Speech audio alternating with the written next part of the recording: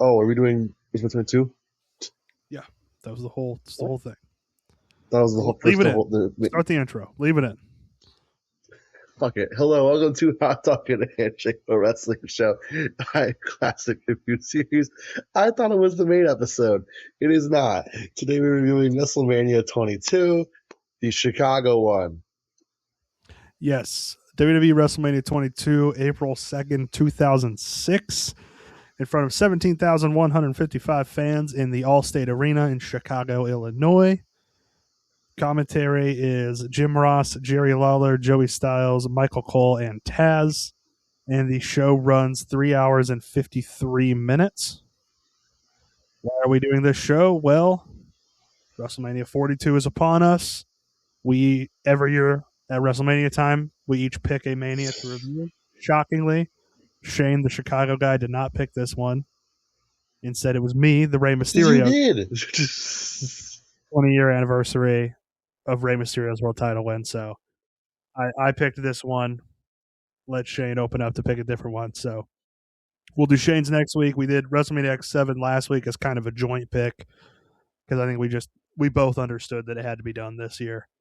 So yeah, I think I'm ready to get into the show. Are you ready?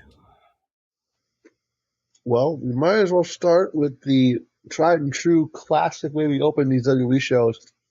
The heat match. This is technically the pre-show. He wasn't around anymore, but it's pre-show. Yeah, it's the heat. It's the heat match in spirit. It's in the games. An interpromotional battle royale with just the most fucked lineup of people I've ever seen. Yep. I'll go through all of these because it's so stupid. In order of elimination, Simon Dean, Rob Conway, Funaki, Lance Cade, Steven Richards, who apparently was still around in 2006. Yeah, that's crazy. Matt Striker, Super Crazy, Goldust, William Regal, Eugene, Trevor Murdoch, Psychosis, Johnny Nitro, Joey Mercury, Tyson Tomko, The Road Warrior, Snitsky, and the winner, Viscera. Wow. Really wish that this was on the main show. Because I would have loved to give this 5 stars. Yeah. What an odd lineup. I think I was looking ahead at next week, so I'm pretty sure next week there's a pre-show battle royal also. This is the epitome of get him on the card. Yeah, it definitely is. And last week we had the gimmick battle royal, so it's a very battle royal heavy trio of shows we did here. Last week was way better than this one, Dr. Game. I guarantee it. Yeah, guarantee definitely. It. Absolutely. The real show begins with the team of Big Show and Kane against Carlito and Chris Masters, the C's, for the Tag Team World Championships, the World Tag Team Championships. I've seen the Raw match. Yes, for this the teams, this right? was the Raw titles. Yep. I've seen Chris Masters give an interview. I can't remember. It might have been Van Vliet. I can't remember who he was talking to. But I've seen him give an interview that apparently at this WrestleMania, there were plans at one point for the main event to be, I remember the main event, but for the WWE title match to be Cena versus Chris Masters. That was an idea that they were considering at one point, yeah. And then they ended up changing it to Triple H and Chris Masters and Carlito challenge for the tag team titles. But yeah, there was like a real thought given into the idea of a Chris Masters, John Cena main event. It's absurd that a look guy like Chris Masters would get a title shot because he's getting a good look in the year 2006. Yeah.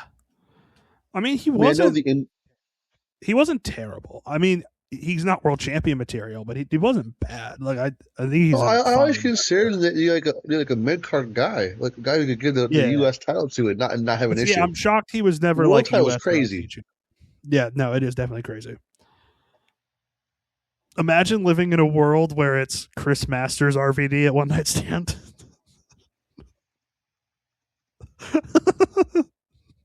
Just doesn't work the same. No, I'm good. I'm good. Dude, RVD be the first guy to break the master lock in front of that hot ECW crowd. This match, Chris though, Masters would get booed out of the building, dude. Oh yeah, dude. He probably would have got stabbed. Like it would have been crazy. They tried rolling Chris Masters out at that show. This was a short match, but it was pretty fun. I thought it wasn't a bad start. I gave it 3 stars for the Kane and Big Show Carlito Masters. So the Kane and Big Show is remind me of SVR 2007. So yeah, I'm gonna give it a little bit of a higher score than I probably should have. I give it 3 1/4. Mm-hmm. Yeah. The next match, though, the second Money in the Bank ladder match, live. What I'm talking about, with maybe one of the most underrated Money in the Bank lineups of all time. Yeah, but also looking at it, you're like, there's 2 guys who were going to win this Money in the Bank. Yeah, Finley. Yeah, Finley. Yeah, that's definitely one of the 2. All right, go ahead and go through I can see 3. We got Lashley, Finley, Hardy, Matt Hardy, Ric Flair for some reason, Shelton Benjamin, and RVD. Yeah, in my mind, RVD and Bobby are the only guys that were ever going to win this in 06. Benjamin should be in there. I just know there's no chance he ever would have. And then Hardy. I feel like in 06 they're still high on him. Yeah, I just don't think they ever were gonna do that. You know what I mean? I don't think they ever would have gotten Money in the Bank, Shelton Benjamin. Also, Ric Flair in this match was 57, and we're about to have Rey Mysterio competing in the IC title ladder match at this year's Mania at age 50. So he's just pulling a move that Flair pulled at Rey's WrestleMania. How old was Lawler and Lawler's random ladder match? I don't know. Because that was 62. 2011. Or 61. Okay. Yeah. That's probably the oldest anyone's ever been in a ladder match. In the big 2, yeah, I would say. At least in a mainstream company, yeah. Dory Funk Jr. is probably doing a ladder match right now as we speak. And he's like 95 years old. Untelevised. Mm-hmm. Doing it to teach his boys how to bump. In like a warehouse in Osaka. Like, yeah, he's just doing a ladder match for no reason. Damn it, Onita. This is the last time I gotta do this for you. This ladder match, though, I thought was really fun. A lot of great spots. I loved Shelton running up the leaning ladder and diving into the crowd. I called it the Van whatever the fuckinator when he does the chair, the kick with the chair from the top rope to Lashley on the ladder. I think it's the Van Assassinator, the one that you don't know the name of in his TNA theme song. Yeah. Because I can't ever remember what's the Van Daminator, what's the Van Terminator. Like I can't remember which one's which, but the Van Questionator, the Van Assassinator. Yeah. And then we also got a 5-star frog splash from a ladder, which was awesome. This was pretty fun. I gave this 3 3/4. I thought this was pretty sick. Pretty ladder match. I agree with you. I get 3 3/4 too. I thought it was very close to being a 4-star match. I thought that the ending of three of them at the end I didn't really like as much as I would have liked the Sheldon and RVD going at it for the briefcase, but it wasn't it wasn't like a bad thing, no anything. I wonder if, if we were older, if we would have rated this higher at the time, because you and I have seen probably nearly every. I would imagine between the two of us, we've seen every Money in the Bank ladder match. I might have seen all of them by myself. And so we've kind of seen it all when it comes to the Money in the Bank. I wonder if some of this was much more like innovative. I mean, still the Van Assassinator or whatever, that's still pop mate. But like the Shelton running up the ladder thing, I wonder if that would have been much cooler in 2006 than we find it now, because we've seen 30 people do that since in Money in the Bank matches. So I don't know. I wonder if we would have rated it higher at the time if it was kind of more innovative. I think we would have, honestly. Mm-hmm. I think it's a good point you make, is that we've seen everything. There's not really a point to it anymore. Yeah, it's much different than if we would have been living through it at the time and like really seen the evolution grow. I do want to know before we get to the next match, they did the Hall of Fame thing. Bret Hart skipping Mania after the Hall of Fame, fucking hilarious. The official reasoning is he was not comfortable. Yeah, that's what the Fink says. He says, yeah, Bret Hart was not comfortable attending tonight's WrestleMania, which, like, fair. I'm not going to your fucking show, Vince. Fuck you. Yeah. Awesome. I mean, the Hall of Fame. I'm not going to your show. Yeah, I love Bret Hart so much, dude. That's so good. That is so good. Also, shout out to the fridge. Yeah, William Refrigerator Perry. Does that count as athlete club? I mean, he's not wrestling. He's being put in the Hall of Fame. So I don't know. I don't think so. I think you have to be in the crowd.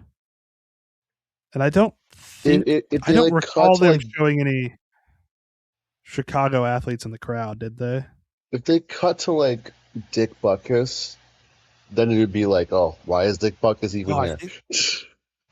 At the time, I think. Let me double check, make sure I'm getting the years right on this.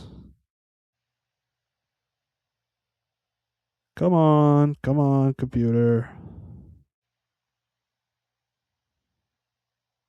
Jesus Christ, this is taking so long. Okay. Yes. Oh, no, it wouldn't have been. Would have been just too early. I was thinking Devin Hester would have been the coolest one, but he would have like been about to be like his rookie year is 06, so he wouldn't have played for the Bears yet. Dude, the coolest one would have been Brian Urlacher. Don't even play it. Brian Urlacher. Frank Thomas. No, it's 05, so no.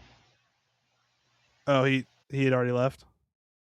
He left 05. They traded Sammy Sosa in 05, so it can't be Sammy Sosa either. The Blackhawks didn't have shit. Heinrich. I guess Kirk Heinrich would have been the coolest for us, yeah. Ben Gordon. Kirk Heinrich would have been for us, yeah. Eddie Curry. Dude, if they cut to a section of like the Chicago Bulls players and it was like Heinrich, Ben Gordon, and Eddie Curry, dude, that would have been so sick. We would have spent at least half an hour on that. Yeah. Yeah, well, that concludes our naming random athletes section of today's podcast. Which seems to come up in every single one. Oh, God. Yeah, that should be, you know what, that should be a new category. Starting next one, new category. Who would have been the coolest athlete to be at this show? So next year we have to think about 2010 Phoenix, Arizona. Who would have been like the coolest? We won't say anything now, but we'll have to think about it. Who would have been the coolest, Cardinal, Sun, or Diamondback, or Coyote, I guess, to be there. But on to the U.S. title match. Sorry, I was on the Eddie Curry page. The match. So I'm looking at Kirk Heinrich's assist percentage in 2006. Yeah, the next match is JBL versus Benoit for the U.S. title. JBL is like immediately in a feud for the world title after this one, it's kind of weird he gets given a mid-card title. Mm-hmm. I mean, not that I would complain about a JBL world title feud ever. Um, I love his entrance though, where the entrance Yeah, I just did goes love up. the entrance ramp going up and him driving the. Yeah, that was cool. And I like that they got the most out of it and didn't just use it for Cena later. Like that they got multiple uses out of that raised entrance ramp.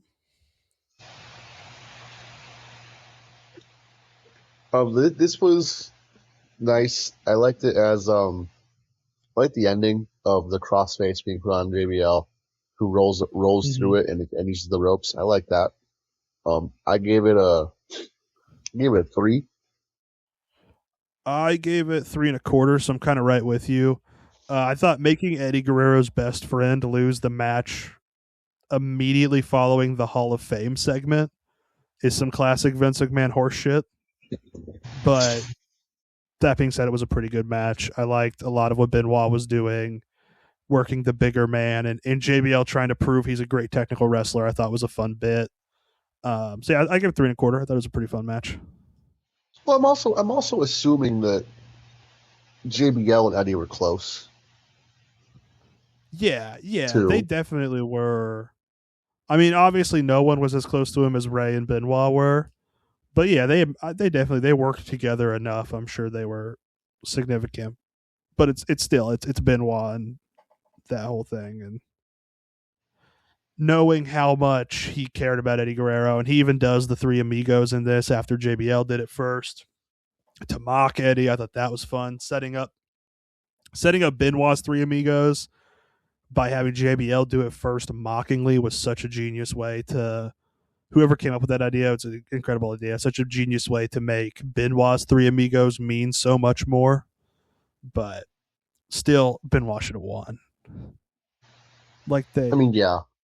anywhere else on the card, this would have been fine. But like moments before this match started, we saw Chavo and Vicky out there representing Eddie Guerrero as he got put in the Hall of Fame. Like if it would have been like later, like in the like in the Trish Mickey spot, fine. But this specific ordering of Eddie Guerrero's in the Hall of Fame, Chris Benoit loses was just classic Vince McMahon. Like how he never really let anybody win in their hometown and all that bullshit. Do you think Vince McMahon has any empathy? No, I don't think he's capable of empathy. It would explain a lot, wouldn't it? Yeah, it would. Yeah. The next match, we are joined at commentary by the one and only Joey Styles, who had quit or no? Was he on Raw yet at this point? I think he had been on Raw, and this was the return of Jim Ross, so he was about to be replaced. Because in the clips later for the Cena Triple H match, like in the pre-show, like the pre-match video, Joey Styles is commentating the build. So Jim Ross had been gone for a while. This was his return to WWE, one of his many returns to WWE after having a fallout with Vince McMahon. And so, yeah, this is when he loses the job.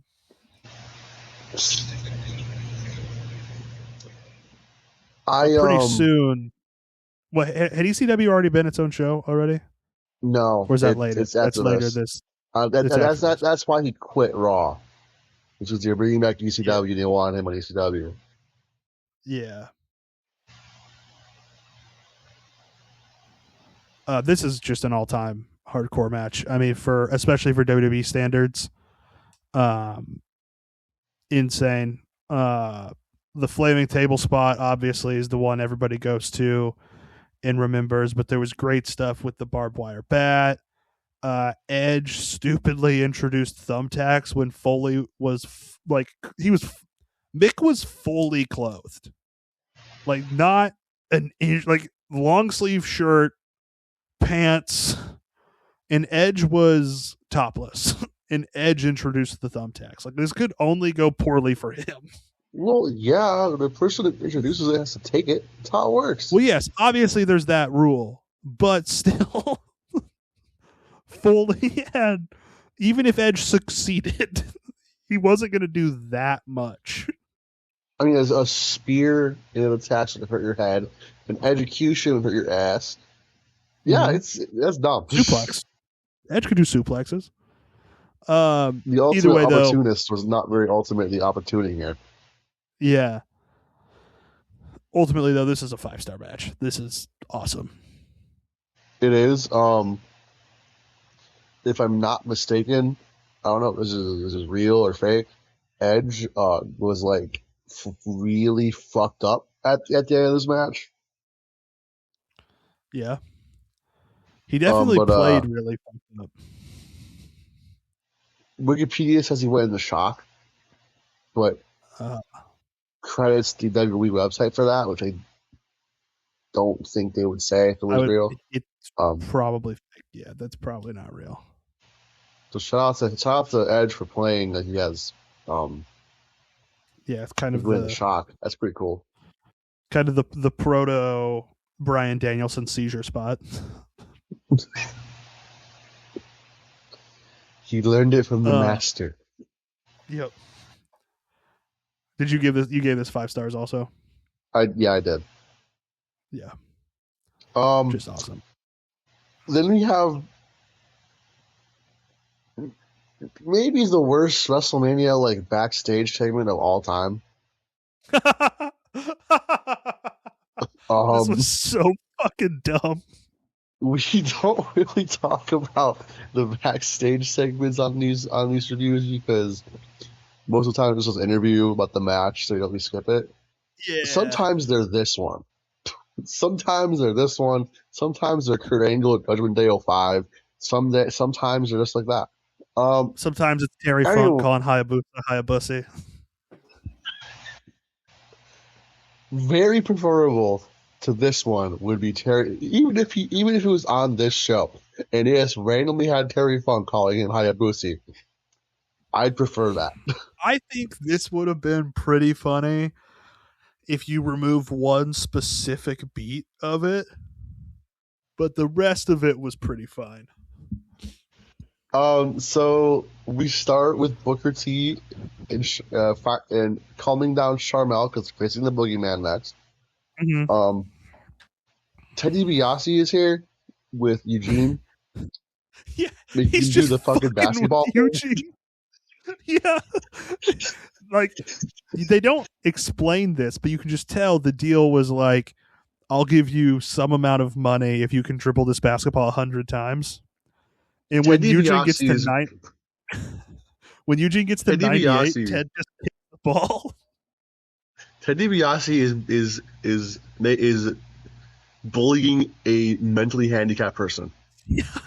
That's what's going on. I don't want to admit that's what's happening. And then it gets worse.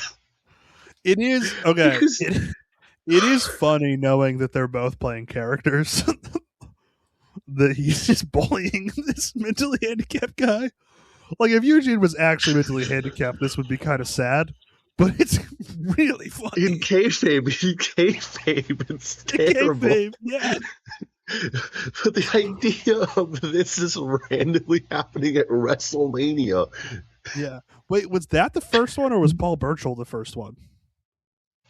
Oh my God, was Paul Burchill the first one? Yeah, I think Booker T says like it's okay, like or Sharmell, like the setup is Sharmell is like, why are all the weirdos attracted to you? And Booker T's like, I'm not a freak magnet. And then it just like pans and Paul Burchill's there with the sword and he's like, ahoy matey or something. Yeah, I was yeah. So Paul Burchill is like the first one. I totally forgot about Paul Burchill because the rest of this is just what the fuck. Yeah, Paul Burchill's the most normal part of this. Do you tangent going on here? Do you remember his debut as a pirate? We've talked about it before. because Super Porky's involved for some reason, right? Yeah, he is. Super Porky just eating like this full rotisserie chicken. Yes. Also, Mr. Kennedy and the network agent are there for some reason. When they bring in the micro division, which is like weirdly really well stacked for WWE 2006. Because you got Super Porky, you have El Torito in the future, you have I think the other members of Super Porky's team. Yeah. It's all like luchadors. Mm-hmm. Also, it's very funny that this exists because Super Porky eating a rotisserie chicken on WWE TV is something we would make up. Like that's just like a bit we would do. It really is. Yeah. But recasting, who would be the best WWE person to eat a full rotisserie chicken on WWE TV right now? Is it Otis? Well, no. I mean, it would probably be Otis, yeah, but nobody's gonna touch Super Porky in terms of that. Yeah, that's true. That is true. Then they run into Gene Stestinsky. This is the part I would cut. Licking the toes of Mae Young. Yeah. This was gross. This is where it went from really funny to just gross. Given what's come out recently about Vince McMahon and Fabulous Moolah, and then they see Goldust, who is the second most normal thing about this entire skit. He's just dressed like a drag queen, according to All Out Wrestling. Yeah, I mean, pretty much. He just had he had like a wig and a dress on. That's queer, funny, yeah. But he gives like real like earnest support to Booker T for a second. Like it gets like real like well, yeah. That was like cinematic hype up scene, like you got this kind of thing. It like the whole weird crew. The best part about Goldust being weird is that for some reason, at his most weird, he get randomly like sentimental and serious. Yeah. And this then is not the only time it happens. And then, of course, it ends with Goldust telling Booker T that he should shove Boogeyman's worms up his own ass. Dustin knows what the fuck were you on, man? He was on script. That's what he was on. He was getting the match itself was whatever. It's the match is not okay. Really much of anything. I gave it 2 stars. It's a handicap match. It's more a 1-on-1 match. I gave it the 1 3/4. It is meant for the spot at the end of the match where Sharmell gets the worms in her mouth and Booker T just runs away. Yeah. Yep. Next is the next queer match of the night, or segment of the night. Yeah. But I think this one is the played for laughs. We can get into it. Go ahead and introduce. This one, I guess, not played for laughs, yeah, but this is still like, you know what I mean. This is the lesbian one with Mickey James Stratus, the obsessed fan turns. Yeah, I think this is a better thing because the lesbian part of it, while not necessarily, it's not necessary per se, but it's not played for laughs. It's just one of many times that Mickey takes her obsession too far. And it is kind of a more psychotic. I've said it before on this show, and like I said, it's not perfect. It's not a perfect storyline. But this is kind of the best pre-Revolution WWE women's storyline, I think. And I'm counting like the NXT stuff before the women's revolution is kind of part of the revolution.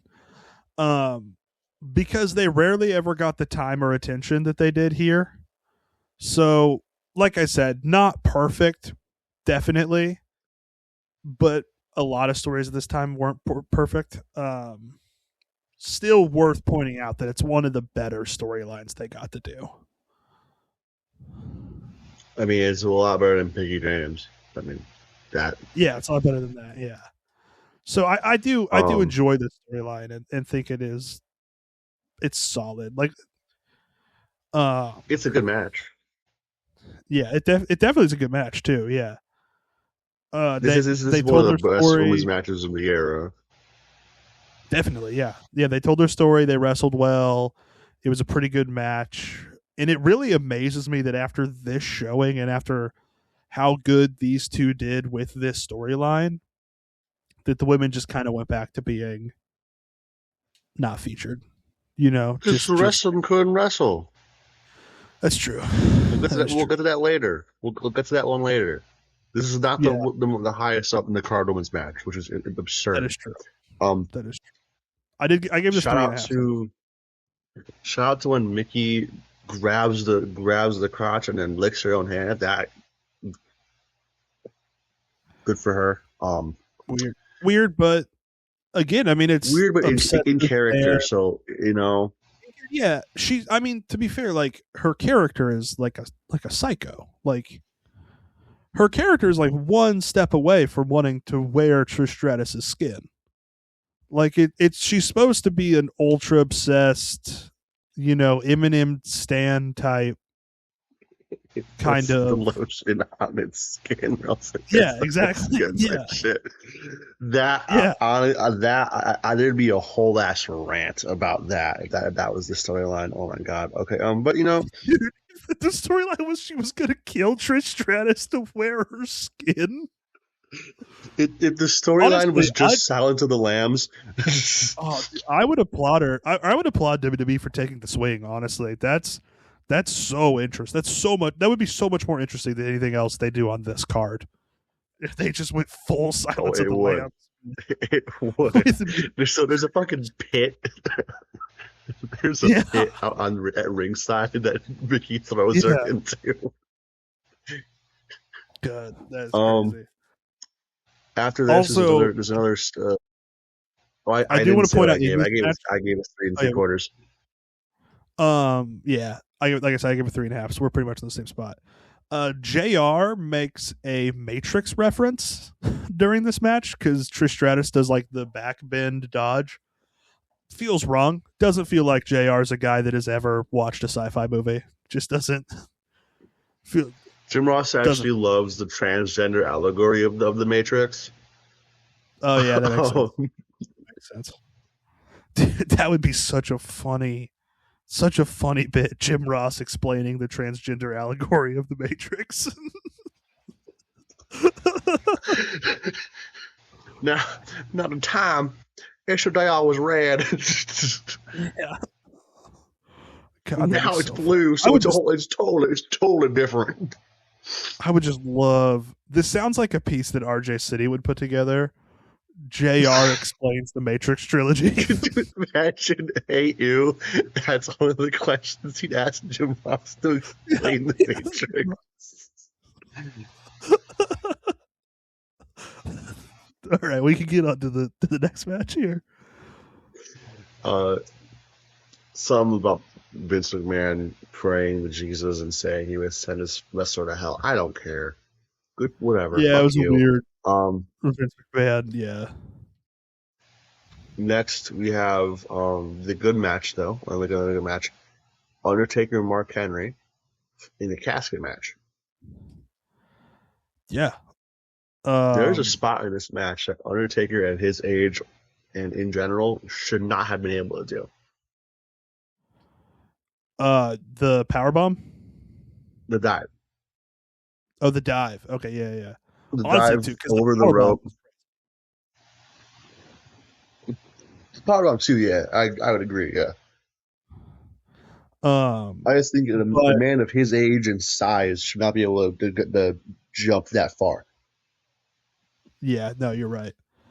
I don't know why this isn't more of a gif on wrestling Twitter, but the part where Undertaker is down in the casket and Mark Henry's beating on him, and then you see Undertaker's hand just come up and he's choking Mark Henry. That's awesome. I loved that little spot. That camera work and everything was great. I Yeah, love how much drama they built around the casket. I'm really surprised this is the only casket match he ever did at Mania, right? yeah, but casket matches, well, I think because of the HBK injury, they weren't like super common for Undertaker. Hmm. I think with the Paul Bearer storyline, Punk and Taker should have been a casket match or buried alive. Either one. It should have been one of those. Should have been a buried in concrete, popcorn machine. Is that a reference Whatever to the when fuck. Undertaker beat the hell out of Maven? No, it's a reference to when he buried Paul Bearer in alive at Great American Bash 06 Oh, or 5 or whatever. I don't remember that. This though was a pretty good match with Taker and Henry. I gave this 3.5 stars. This was good. I gave it a 3.5.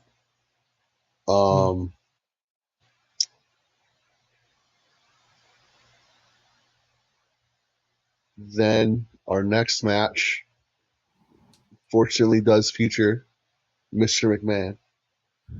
Shawn Michaels But versus Vince McMahon in another Q match. while it does feature Vince McMahon, Shawn beats the piss out of him.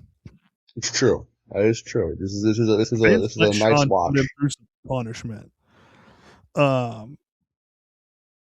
Like I do think the high spots and of course HBK's ability carried Vince here, but this was a pretty good match. I liked Shawn just Vince is like Will Ospreay in that there, or Darby Allin in that there's no spot too crazy for Vince McMahon. yeah.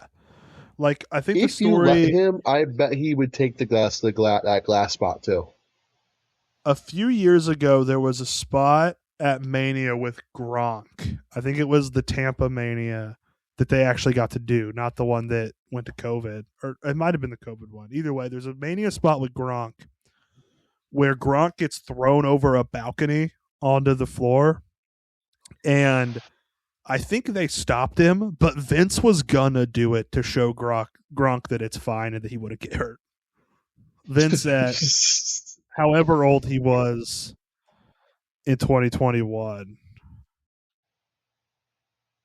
let's see, he's 80 now. So yeah, 75-year-old Vince McMahon was going to jump off of the balcony. So look, there's a lot of bad things you could say about this guy deservingly, but dude was willing to take a bump.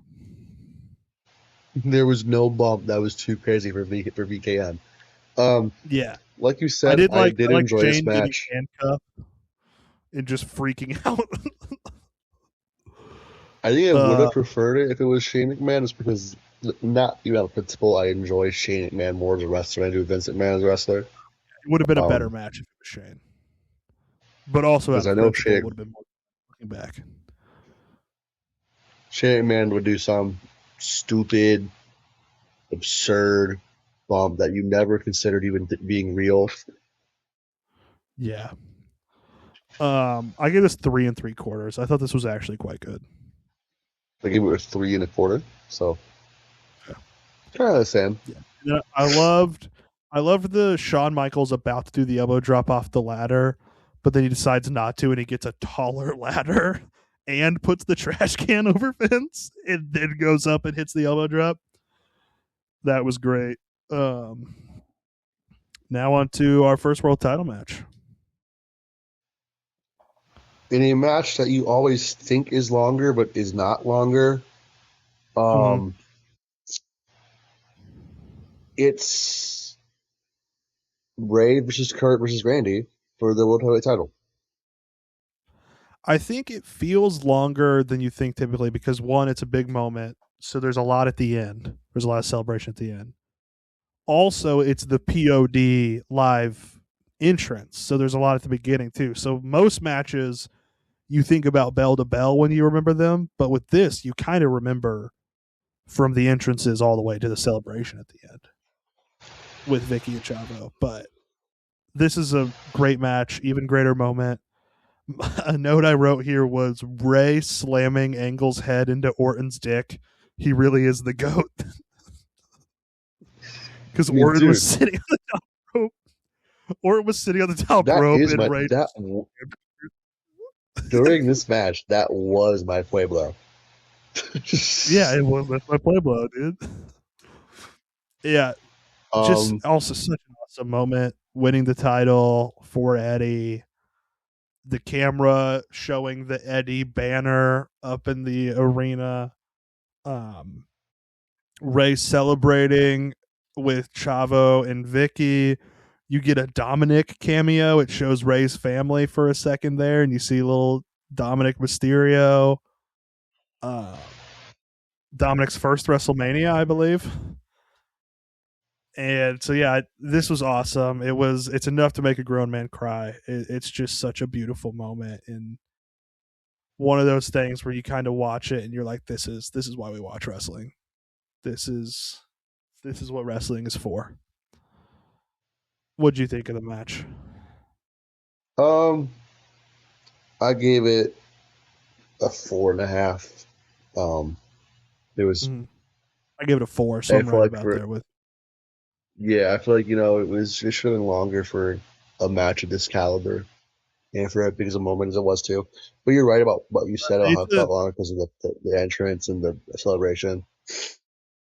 Yeah, it's a 4 bell to bell, but it's a 5-star.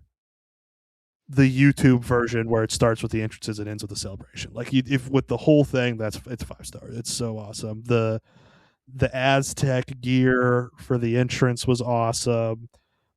Rey's wearing a Louis Vuitton mask.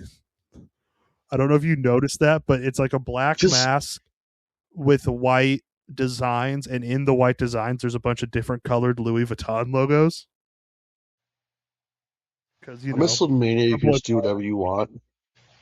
Yeah. It's because he knew he was getting that world champion pay bump, so he went all in on the mask. Well, yeah, absolutely great. We can skip the next match and just go right into Cena Triple H if you want to. Oh, now we can. Oh, so now we can skip matches. I've been trying to skip all the shit matches for forever. Okay, I'll just say it. When you want to skip a shit match, it's just like Tom Zank versus Tommy Rich. I don't want to watch the fucking Z-Man. But it's not. You showed me him several times, and it's so with all of his flaws, there's nothing inherently sexist about the Z-Man. There's like some belief he had that we don't know about. You're right. If we find out some shit about Tom Zank. Tom Zank was a raging misogynist. Rest in peace. As far as I know, there's nothing morally wrong with the Z-Man.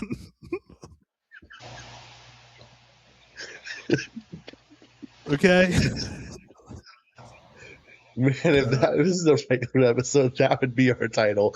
As far as I know, there's nothing morally wrong with the Z-Man. So I'll say the match just to say it. Okay. We'll say the full card, but that's it. Playboy Pillow fight Tori Wilson, Candice Michelle. But main event time. John Cena with the gangster Chicago Prohibition, Al Capone, the Sicilian Mafia, the Cosa Nostra, Tommy Gunn, the nine, the works. In entrance with the Tommy Gun, greatest entrance of all time. Even if you take out the car and CM Punk and all that, entrance with the Tommy Gun, cinema. Why didn't he use Tommy Gun? Is a good question. I think he used all the bullets before. He uses the timing on his match. It changes everything for the better in WWE. But I mentioned CM Punk. I do want to point out here the how the entrances at WrestleMania 22's main event play into the two main events of WrestleMania 42 because, like I said, CM Punk is on the side of the car in like a gangster outfit, and he, of course, is main eventing against Roman this year. Triple H, the throne he's on in the entrance is the exact design of the throne Cody Rhodes broke with the sledgehammer. I believe that was at Double or Nothing 2019. And then, of course, Cody Rhodes now is also main eventing WrestleMania this year. So both of these what? Do you think when he signed, Triple H made him glue that back together? Probably, yeah. He's like, you got to put this glue my throne back together. No. Triple H talked about it on Cody's podcast, and it seems like Triple H thought it was pretty dope, actually. He was like, that's pretty awesome. Because you think about it, that's the exact kind of shit Triple H would have done to a WCW wrestler back in the day. Like, he would have done, like, whatever. He would have smashed in the windows of Hulk Hogan's monster truck. Or whatever the equivalent is. He better not have. I'd fight him over that one. That's a historical artifact he's fucking up there. Yeah. I wonder where those are now. Ripped up for scraps. Guarantee it. Where are Hulk Hogan and the Giants monster trucks from WCW? They should have kept them. It was evidence in the criminal case against Hulk Hogan for murdering the Giant.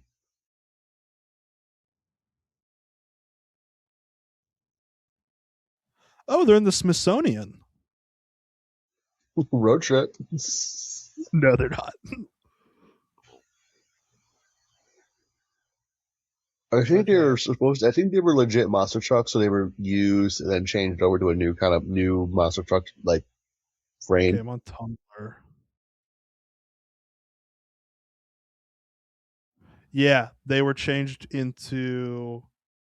Hulk Hogan's was rebranded as the American Badass, and the Giants was rebranded as Skeletor, and they were used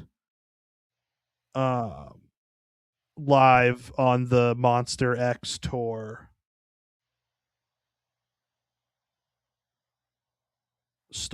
They actually hadn't been used for 20 years. And then they brought him back in 2015 for the Monster X tour, according to this this Tumblr post that cites a tweet that I'm sure talks about it. Let me see here.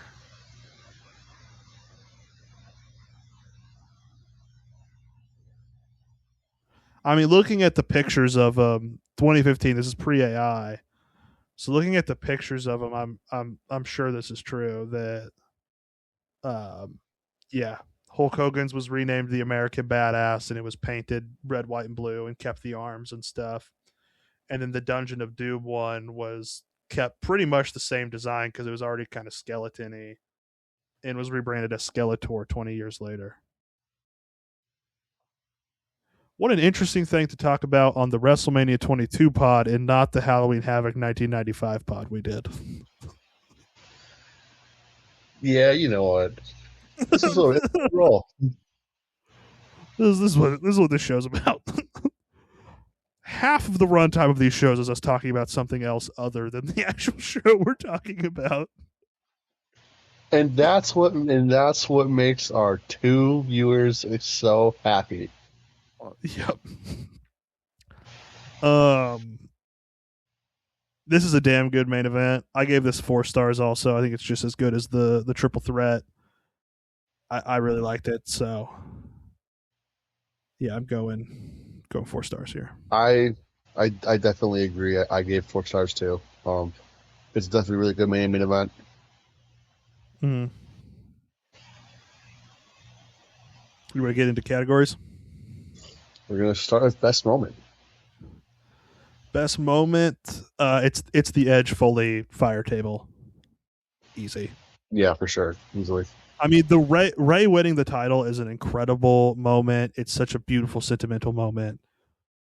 But just putting their bodies on the line the way Foley and Edge did, I think you have to give it to them. I would agree with you. MVP of the night, though, I'll give to Rey Mysterio. I think he deserves it. Yeah, I will mention. Typically, we give this to a wrestler, so this would have been kind of a more out there pick. Jim Ross had a great night at WrestleMania 22. He was on fire. He definitely was doing awesome. I definitely shout out to Jim Ross for this one. Heat check. Paul Burchill, obviously. No, either Paul Burchill or I think I'd give it to Shane. I think I'd give it to Shane McMahon. I'll give it to. He's on screen for a good amount of time in that match, but he spends most of it handcuffed to a rope. So I think he's qualifies for heat check here. Yeah. Joey Styles would be a good heat check too, just commentating the one match and dipping. Commentating the best match on the card and then dipping. He knows where to go. That's all he need to do is that. Gear of the night. I think there are two options. I think there's the Cena entrance gear with the whole Al Capone bit, but my pick is the Rey Aztec gear and the Louis Vuitton mask. Yeah. The Cena gangster in the entrance is really cool. Yeah. Apex Mountain. We talked about this a couple months ago. I can't remember what we said. Is it Rey or is Rey's Apex here or is it the Rumble? Like if you had to pick one. After now watching both relatively recently. I'd say this one. You say this? I'd almost lean the Rumble. I think that moment lived on more partially because it also was like a record-breaking performance and he held the record for longest time for so many years. But I think when I think of Rey's greatest moments, I immediately go to the Rumble win. Obviously, you could probably just lump it in and say, like, the first half of 2006 is probably his apex. But, yeah, really, this is up there. I don't know. Nobody Apex Mountain for Mark Henry being part of the streak, or probably when he wins the world title. Hall of Pain, man, come on. Oh, Hall of Pain. That's right, Hall of Pain. Yeah. Trish and Mickey. Is this either of their apexes? No, I'd say no. Say no. Okay. Yeah, I think that's it. This is step one of what becomes RVD's apex, but it's certainly ECW one night stand. Surprise of the show. Most surprising performance, something surprising that happened. Anything come to mind? No. Yeah. I think maybe just how good the Vince match was. I think that was surprising. I mean, it is Shawn Michaels, so I should have expected a little bit more, but yeah, I don't know if there's anything real surprising on this show. Recasting. Which match do you want to recast? I think we could go the triple threat. We could go Edge and Foley. We could go Cena Triple H. I feel like the triple threat would be most interesting.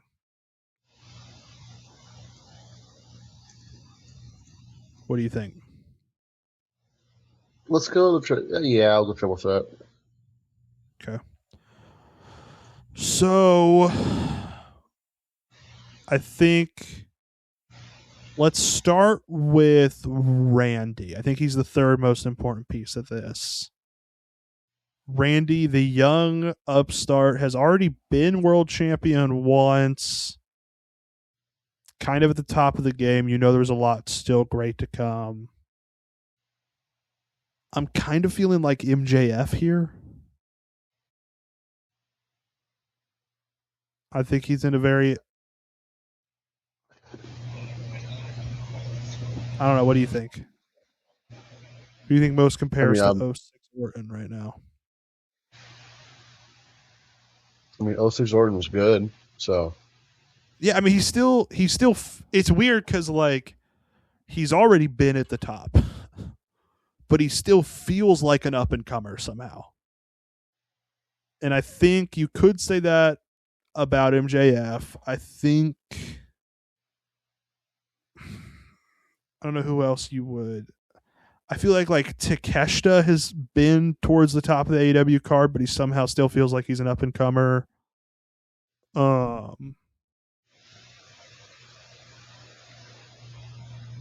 Yeah, I don't know who else we would say. I mean, WWE isn't pushing any young talent right now, so it's hard to really pick anyone there.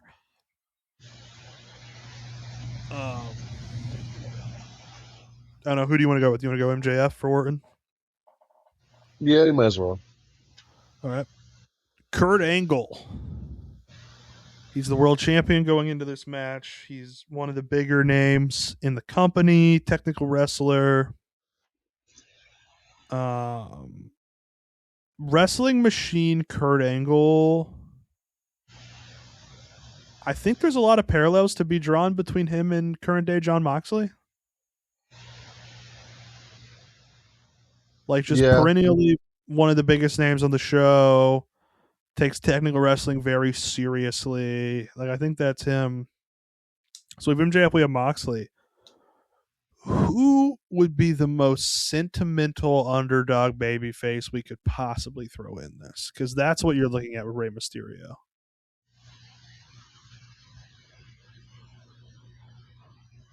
You know, someone who's been through some tough shit recently, and the fans would really, really get behind. I know this isn't nearly as recent as Eddie was to this, but Mark Briscoe comes to mind.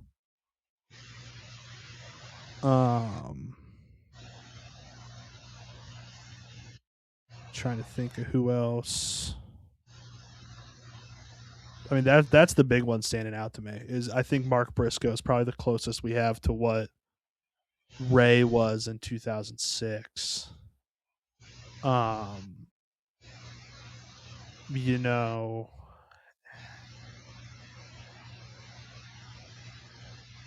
maybe if this could be Adam Cole or Kevin Owens coming back from injuries, the kind of terrifying injuries both of them have had, you could make that argument. But I don't know. Would you go Mark Briscoe here? Yeah. Okay, so Briscoe, MJF, and Moxley. Be pretty sick. Best double feature? I think you could 22-23 main events. Cena, Triple H, Cena, Shawn would be a fun double feature. I think... I don't know, there's not a lot coming to... I mean, 21-22, Ray versus Eddie. Ray winning the world title would also be pretty good, pretty sick. I don't know, you got anything else? Any other double features?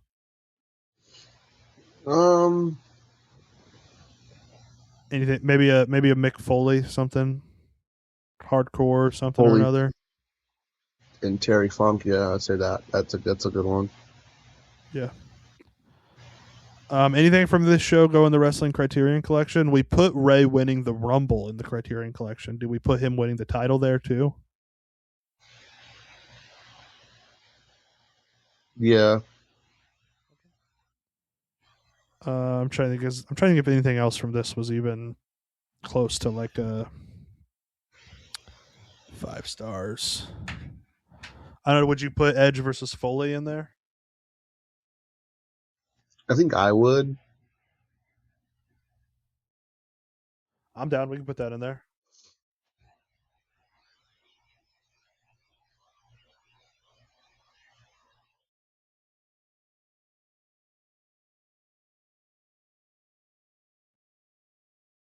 Okay, and then Edge versus Mick Foley, WrestleMania 22. Classic hot dog, classic handshake. Here, I think it's Edge versus Foley for me. What do you got? I kind of picked it for Rey winning the title, so I think that's off. I think that's off the board. I picked it for Rey winning the title. Yeah, I'd agree. Edge Foley, okay. And before we rate it out of 10, I do have a bonus question for you here. Last week we talked about what's the apex mountain of WrestleMania, and you said this WrestleMania. Do you think? Does your opinion stand? Do you still think this is the best WrestleMania? The ones I've seen, yeah. Okay. I'd put this over 17. I'd say I'd have to like look through all of them and really try to remember and maybe revisit some, but it's definitely up there. What'd you give it out of 10?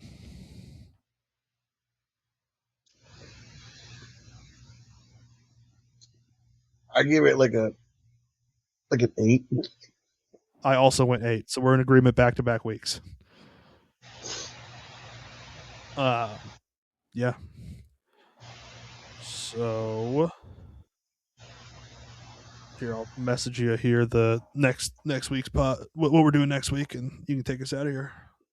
Next week we have my first Mania, Jayden's first Mania somehow. WrestleMania 26. My first was 28. Okay. My first Mania, WrestleMania 26. 2011, we got Taker, Shawn, we got the Legacy match, we got Jack Swagger winning. Money in the Bank. Triple H versus Sheamus. Sheamus' first WrestleMania. It doesn't look like that bad of a card, honestly. Looks like it might be kind of fun. Yeah, it should be a good time. And if you enjoy wrestling,